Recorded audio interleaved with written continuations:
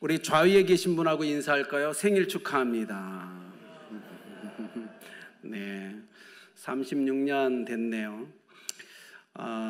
인생의 삶을 좀 우리가 어떻게 할 수 없지만 개인적으로 생각하면 참 36년 동안 교회를 통해서 복음을 듣고 예수님을 영접했던 모든 사람이 이 자리에 함께 있다면 얼마나 신날까요? 얼마나 우리 가슴이 흥분될까요? 그럼에도 불구하고 어쨌든 하나님의 거룩한 뜻이 있어서 다른 곳에 섬기라고 또 흩으신 백성들이 있어서 또한 감사합니다. 우리 김종포 원로 목사님과 또 김지순 사모님, 수많은 우리 성도님들의 헌신과 땀이 있었기에 주님은 이렇게 멋지게 아름다운 교회가 성장하게끔, 그리고 청년의 때를 맞이하게 하신 것 같습니다. 그리고 분명 제가 믿기는 하나님은 아름다운 길을 기억하시고 그동안 거쳐왔던 수많은 분들의 수고와 땀을 주님이 다음에 이 땅에 오실 날 칭찬해 주실 거라고 저는 확신합니다. 여러분, 그렇죠. 우리가 기본적으로 보면 아이가 이 땅에 태어나서 많은 아이가 태어날 때 죽는 아이들도 있고 1년 살고 10년 살고 20년 살고 40년 50년 살고 많이 죽죠. 교회도 동일하죠. 이 땅에 예수 그리스도의 핏값으로 사신바 되어 세움을 입었는데 많은 교회가 세운 지 한 달 만에 죽고 문을 닫고 1년 만에 죽고 문을 닫고 이런 것들이 계속 이어가지 않습니까? 그럼에도 불구하고 36년간 아름다운 교회는 건강하게 성장했습니다. 이것은 누구예요? 아버지 하나님의 전적인 은혜라고밖에 말할 수 없습니다. 이 한 주간 여러분 좀 감사하는 마음을 가지고 하나님 앞에 살아가길 예수님의 이름으로 축복합니다. 어린아이들은 그렇죠. 자기가 생일날 대단하다고 막 선물 달라고, 그죠? 달라고 요청하죠. 엄청 비싼 것도. 근데 철이 들면 어떻게 해요? 철이 들면 나를 낳아주신 부모님께 감사하죠. 이게 다른 거죠. 우리는 36살이에요. 이제는 하나님께 달라고 조를 때가 아니라 하나님 앞에서 하나님 감사합니다. 우리를 이 땅에, 아름다운 교회를 이 땅에 낳아주셔서 감사하고 그동안 돌봐주셔서 감사하고, 그게 성숙한 자의 모습이겠죠. 이 36주년을 맞이하면서 우리 사랑하는 성도님들, 우리가 그런 모습으로 하나님 앞에 섭시다. 제가요 설교 준비하면서 그런 마음이 아주 잠깐 드는 게, 하나님 36주년인데 선물 없어요? 이렇게 올라다가 하나님 죄송해요, 애기도 아닌데 36살인데 회개했어요. 근데 우리가 그렇죠, 감사함으로 하나님께 이 주간을 보냅시다. 36년간 우리를 키워주셨죠. 얼마나 감사합니까? 이젠 철 들었으면 어떻게 해야 돼요? 효도해야죠. 36살이니까. 오늘 말씀을 통해서 우리가 철든 자, 그렇다면 어떻게 하나님 앞에 살아가야 될지를 좀 나눴으면 좋겠습니다.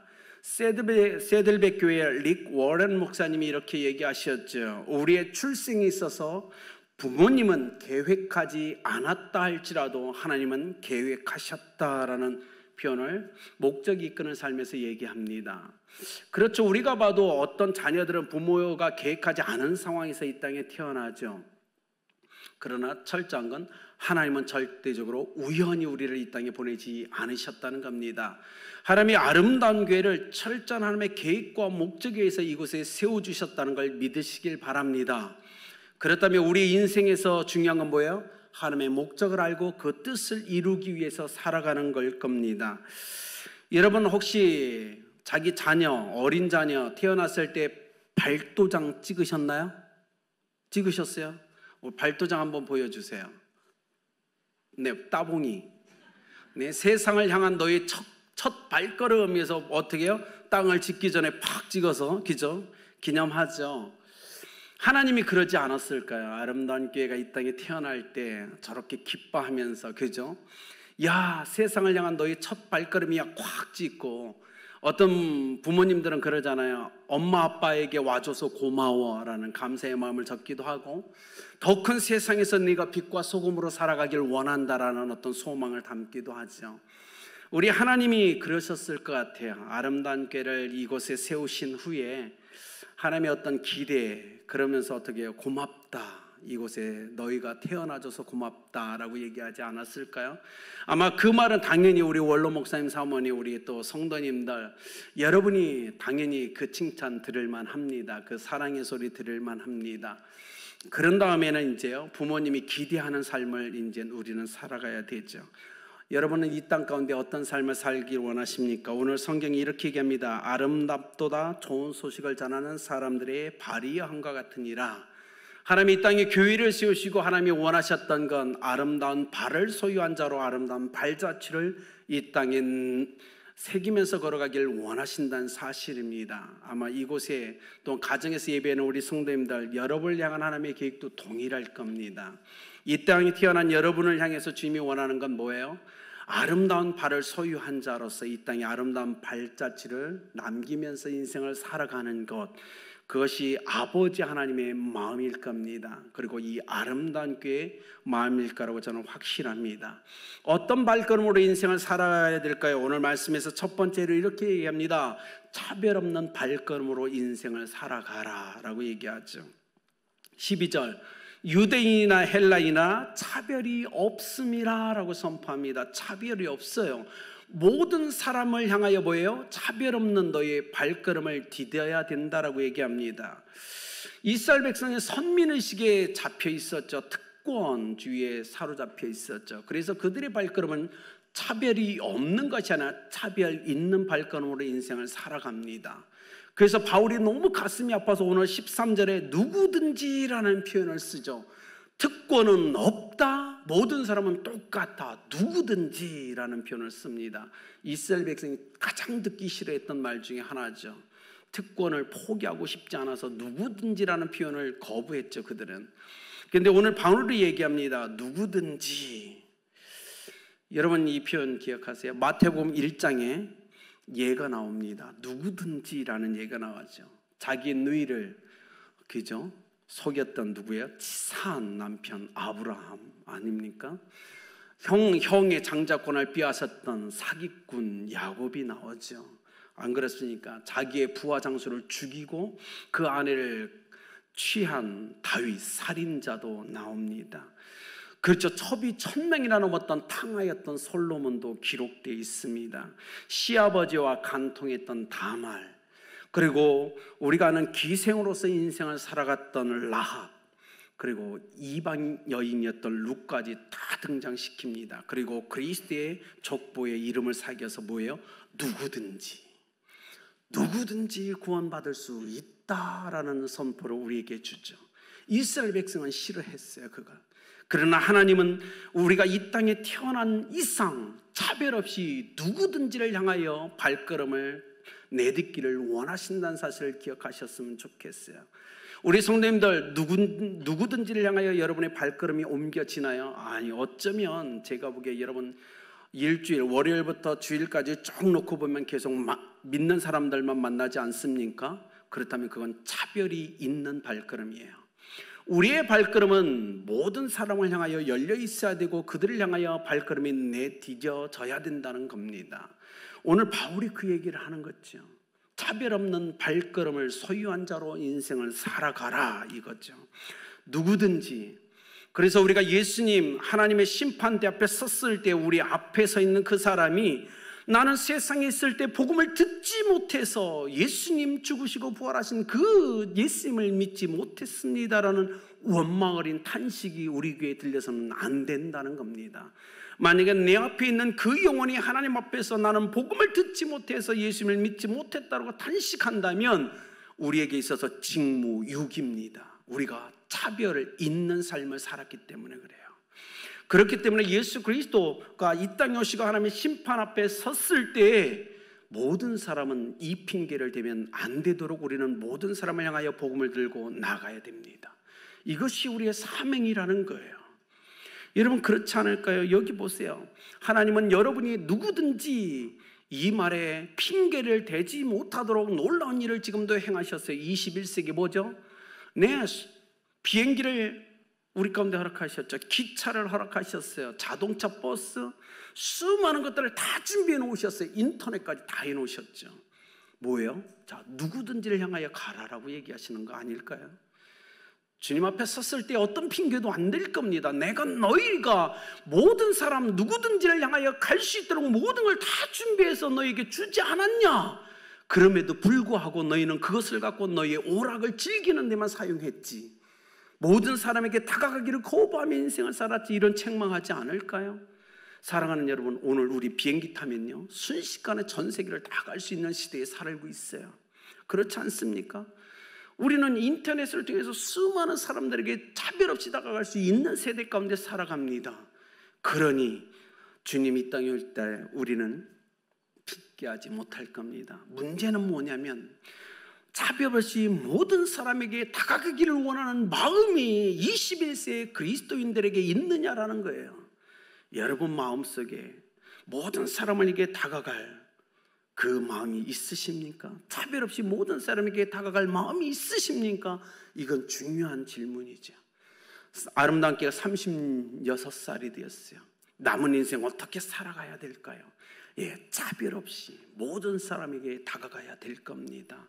그것이 이 땅에 우리를 태어나게 하셨고 세우신 하나님 아버지의 목적이심을 믿으시길 바랍니다.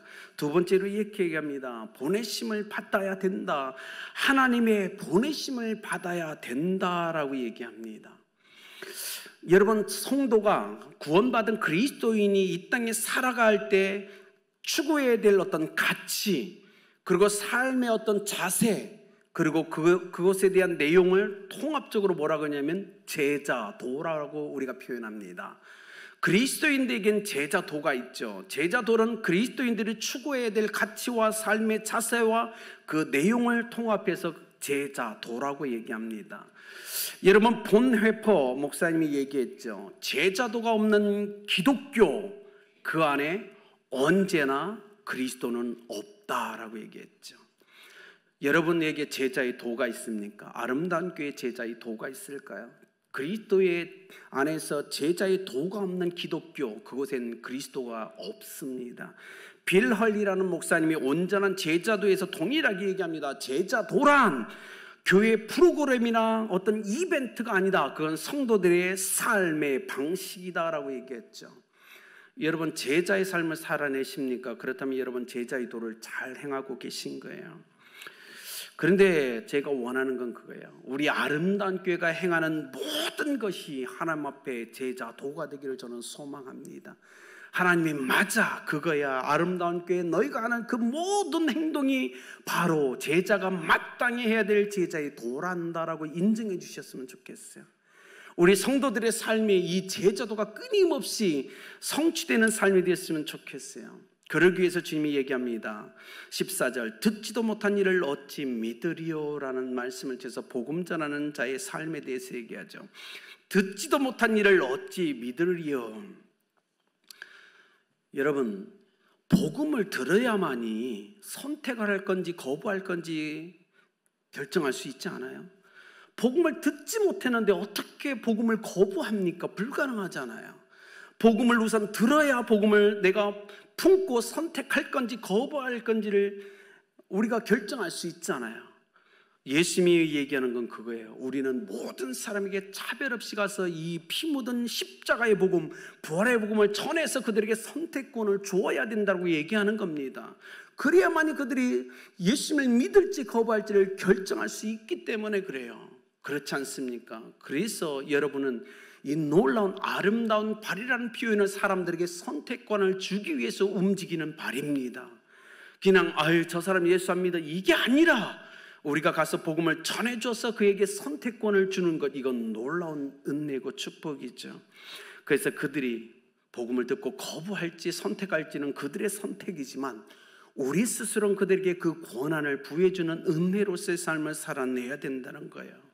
15절에 이렇게 얘기합니다. 보내심을 받지 아니하였으면 어찌 전파하리요? 라고 얘기하죠. 예전에 우리 어르신들 우리가 이렇게 선진국에서 살기 전에 어떻게 했어요? 이런 말 많이 해요. 부뚜막 위에 있는 소금은 어떻게 해요? 집어넣어야 짜다라는 표현 얘기했죠. 소금을 집어넣어야 음식이 짠지 맛이 날 거 아니에요. 복음을 선포해서 그들이 들어야 선택할 건지 거부할 건지 알 수 있다는 표현입니다. 그렇기 때문에 사랑하는 오늘 이 말씀을 보십시오. 하나님은 이스라엘 백성이 복음을 전하는 아름다운 발로서 인생을 살기를 원하셨어요. 그래서 어떻게 했을까요? 아름다운 발이 되게끔 아름다운 복음을 그들에게 줍니다. 아름다운 복음이 없이는 아름다운 발로서 인생을 살아갈 수 없기 때문에 먼저 하나님이 어떻게 해요? 아름다운 발이 되어 이스라엘 백성을 찾아오셔서 그들에게 복음을 주시죠. 첫 번째 아름다운 발의 소유자는 하나님이셨다고요. 그걸 주셨어요. 근데 어떻게 해요? 이스라엘 백성은 아름다운 복음을 들었음에도 불구하고 아름다운 발로서의 인생을 살기를 거부합니다. 우리 성도님들, 여러분은 어떻습니까? 여러분 속에 아름다운 복음이 있으신가요? 여러분 속에 아름다운 진리, 아름다운 복음이 있다면 하나님이 원하는 건 하나입니다. 아름다운 발로서 거룩한 발자취를 이 땅에 사귀며 인생을 살아가기를 원하신다는 거예요. 여러분, 이스라엘 백성이 왜 버림받은지 아십니까? 아름다운 복음을 거부했고 그 복음을 전하는 것도 거부했지만 어떤 사람들은 아름다운 그 복음을 받았음에도 불구하고 아름다운 복음을 전해주는 거룩한 그 발로서의 삶을 거부했기 때문이라는 사실이에요. 우리 아름다운 교회는 그러면 안 되겠죠. 복음을 소유할 때만이 아름다운 발로서 삶을 살 수 있다는 사실을 우리는 기억해야 됩니다. 왜 바울이 아름다운 발에 대한 이야기를 하고 계신지 여러분 이미 다 이해하셨죠, 이제는. 왜냐하면 그 당시에 로마에 있는 그리스도인 중에 아름다운 복음을 소유했음에도 불구하고 아름다운 발로서 이 땅에 선명하게 믿음의 발자취를 남기지 않는 사람들이 이 로마에 있었다는 거예요. 그래서 그들에게 아름다운 발에 대한 이야기를 바울이 꺼내서 얘기합니다. 너희 속에 아름다운 복음이 있다면 아름다운 발자취를 남겨라. 그런 인생을 살아가라. 그것이 그리스도인이다. 이 말을 하고 있는 거예요. 여러분의 안에 아름다운 복음이 있다면 분명히 여러분은 아름다운 발로서 인생을 살아가야 될 사명이 있는 거고 살아갈 수 있는 능력이 여러분에게 이미 주어졌다는 사실을 믿으시길 바랍니다. 이건 놀라운 거죠. 세 번째로 이렇게 얘기합니다. 언제 아름다운 발이 되냐? 복음을 전할 때 아름다운 발이 된다라고 우리에게 얘기합니다. 여러분, 에버러 윌리스라는 미국 남침예교의 선교사가 있었어요. 또 With God이라는 책이 있는데 거기에 이렇게 얘기합니다. 미션과 미션스를 구분하죠. 영어로 미션은 모든 사람을 구원하시려는 하나님의 큰 목적이다. 이건 하나님의 엄청난 큰 목적. 그게 미션이에요. 우리 미션이란 표현 많이 쓰죠. 그건 너무 큰 개념이에요. 솔직히 말하면 우린 다 못합니다. 그건 미션은 큰 계획이라면 S가 붙은 미션스는 뭐냐면 문화의 장벽을 뛰어넘어서 온 세상에 하나님의 나라를 선포하는 하나님의 백성, 즉 교회의 활동이에요. 여러분이 하는 믿음으로 행하는 활동이 미션이 아니고 미션스입니다. 미션은 너무 큰 개념이죠. 여러분 기억해야 돼요. 아름다운 교회는 미션을 부여받았다면 미션스, 행위를 통해서 그걸 성취하는 삶을 살아가야 된다는 겁니다. 그것이 다른 말로 뭐예요? 제자도라고 얘기하는 거예요. 여러분 아름다운 교회 앞으로도 여러분의 삶에서 미션스를 이루어가길 예수 그리스도의 이름으로 축복합니다. 그럴 때 여러분은 아름다운 발이 될 수 있다는 사실이에요. 15절 보십시오. 아름답도다 좋은 소식을 전하는 자들의 발이 함과 같으니라. 여러분 아름다운 발 만나보셨나요? 제가 어릴 때는 이 세상에서 가장 아름다운 발은 우체부라고 생각했어요.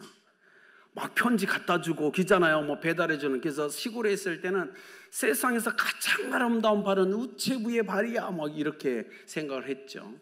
여러분 우리의 삶 속에서 이 아름다운 발은 참 많이 있죠. 그죠? 자녀가 시험을 보고 집에 와서 부모님에게 아빠 엄마 나 대학 합격했어. 그 발이 얼마나 그저 아름답습니까? 합격했다는 그 소식을 전하는 발이. 그렇지 않아요? 귀엽잖아요. 나이가 많은 딸내미가 그렇게 결혼을 않더니 어느 날 나와서 나 이젠 결혼해. 얼마나 아름답습니까? 그렇지 않아요? 아름다운 발이에요. 집에서 뒹굴뒹굴 백수로 막 고생만 시키더니 어느 날 갑자기 아버지 어머니한테 나 취직했어요.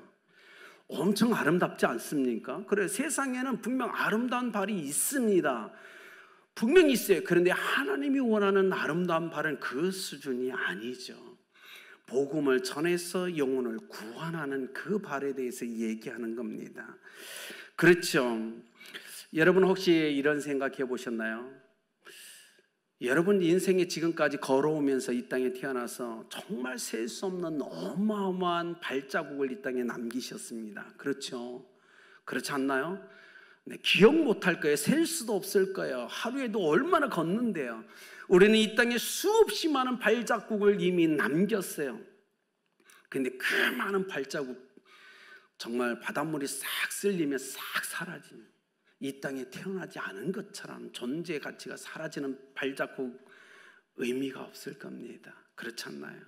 여러분 한겨울에 눈이 속히 쌓이면 그 위를 걸어가 보신 적 있죠? 선명하게 발자국이 있죠. 근데 태양이 나온 다음에 발자국이 사라집니다. 주님이 원하는 것, 그런 발자국이 아닐 수 있습니다. 여러분 인생에서 수없이 많은 발자국을 이 땅에 남겨놓고 살아오셨는데 그 수많은 발자국 중에서 하나님의 뜻에 순종했던 발자국, 그리고 하나님이 인정하시는 발자국은 얼마나 되십니까? 햇빛이 나오고 바닷물이 물이 밀려와서 싹 사라지고 아주 견고하고 선명하게 이 땅에 박혀있는 나의 발자국은 얼마나 될까요? 정말 주님이 이 땅 마지막에 심판하러 이 땅에 오실 때 여러분 그런 발자국을 하나님께 보여드릴 수 있으십니까? 우리는 고민해야 됩니다. 그동안 우리가 어떤 인생을 살아왔는지 우리는 잘 몰라요. 그러나 소망하는 건 하나입니다.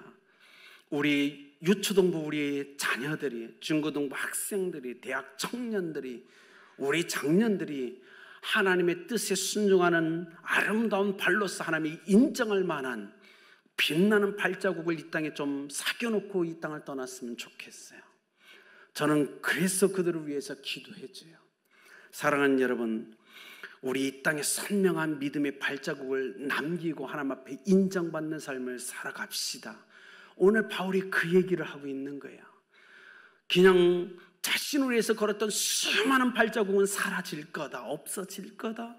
근데 믿음의 발자국을, 황금같이 빛나게 할 그 발자국을 이 땅에 새기고 인생을 살아가는 사람이 되어라고 얘기합니다. 이 발자국 예쁜 발 아니겠죠? 그렇죠. 예쁜 발 분명 아닐 겁니다. 주름이 없는 발도 아닐 거예요. 그리고 피부가 아주 고운 발도 분명 아닐 겁니다. 발 마사지 좋아하십니까? 날마다 저녁에 따뜻한 온수에 발을 씻고 마사지하는 것 필요해요. 그죠? 건강도 하나님이 우리에게 주신 사명이니까. 그러나 그 발에 복음을 전하는 기죠, 아름다운 발을 덧입은다면 얼마나 더 아름다울까요? 주님이 그 얘기를 우리 가운데 하시죠. 비판이 아니라 너희들의 그 아름다운 발을 더 아름답게 할 수 있는 비결이 있단다. 그것은 차별 없이 사람들에게 다가가서 복음을 전해주어라. 그러면 너희 발은 더 아름다고 빛날 거야 라고 얘기해 주시는 것 같아요.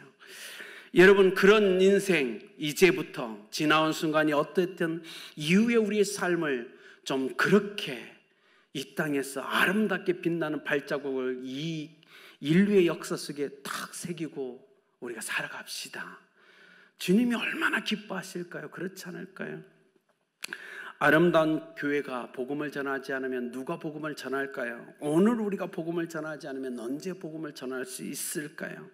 어떤 성도님들이 이렇게 합니다. 목사님 꼭 말로 전도해야 돼요. 꼭 말로 전도해야 되나요? 근데 오늘 말씀을 보십시오. 오늘 말씀 우리에게 복음을 준 이유는 사람들로 보게 하라고 주신 것이 아니라 전하라고 주셨다고 성경이 우리에게 얘기합니다. 그렇죠? 그래서 아름다운 발에 대해서 얘기하는 거잖아요. 저도 생각해 보면 때로는 선교지에서 아름다운 발, 언어가 안 통하니까 성경을 갖다 주는 것도 아름다운 발이겠죠. 어쨌든 복음과 연관돼서 주님은 우리에게 얘기하십니다. 복음은 보라고 준 게 아니라 전하라고 우리에게 주셨더라고 오늘 성경이 얘기합니다.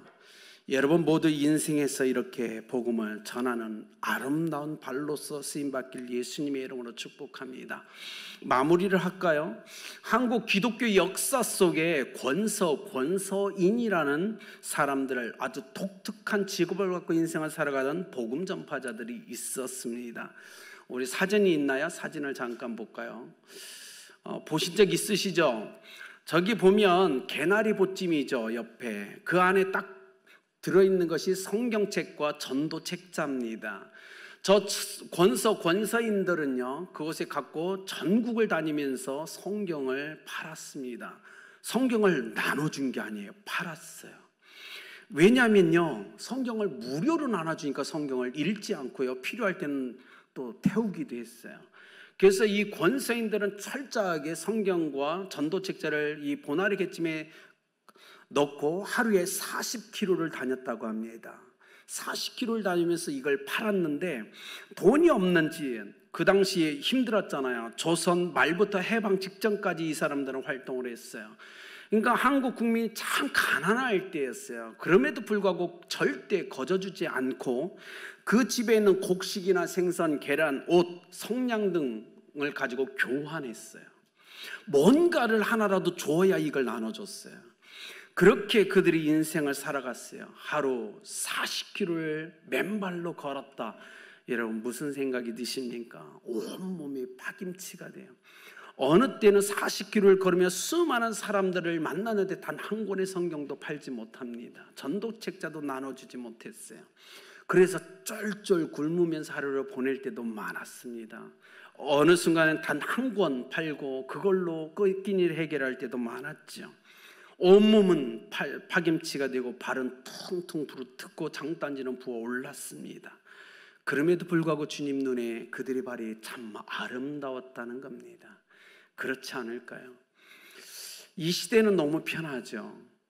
그럼에도 사랑하는 성도님들, 우리 아름다운 교회가 36년 동안 하나님 앞에 아름다운 발로서 인생을 살아왔잖아요. 이젠 또 살아갑시다. 사랑하는 여러분, 아름다운 발을 소유한 자로 이 땅에 아름다운 발자취를 남기는 우리 성도님들에게 예수 그리스도의 이름으로 축복합니다. 하나님께 인정받는 발자취를 가지고 하나님 앞에 섭시다.